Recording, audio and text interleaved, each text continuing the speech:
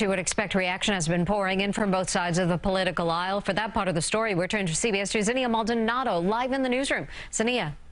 Mary, some lawmakers say they're excited for justice, while others are calling the indictment an injustice. Now, earlier today, President Biden was asked by reporters for his reaction, and his response was no comment.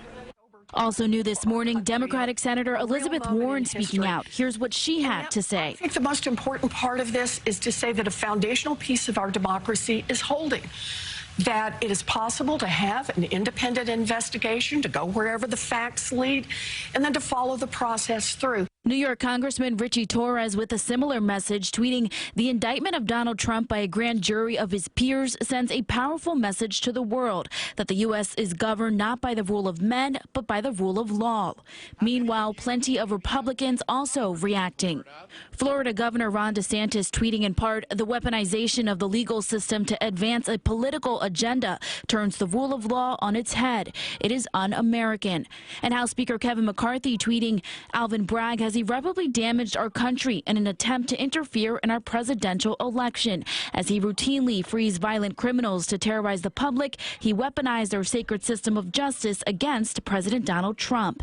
And here's what Lee Zeldin, former Long Island Republican congressman, had to say. Some of my conversations with people who are center-right, center-left, they are also commenting, even people who might not even like President Trump, that they feel like this is a political prosecution. We'll see what the indictment says.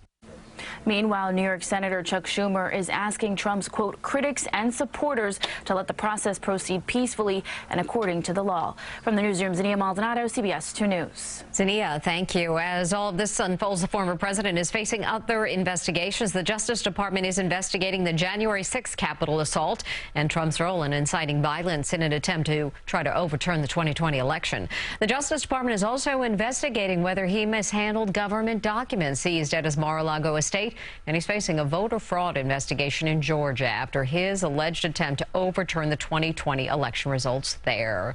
And we'll have much more of our coverage on Trump's indictment on air tonight on CBS 2 News at 5 and on our streaming channel, CBS News New York. You can also find a detailed timeline of the case on our website, cbsnewyork.com.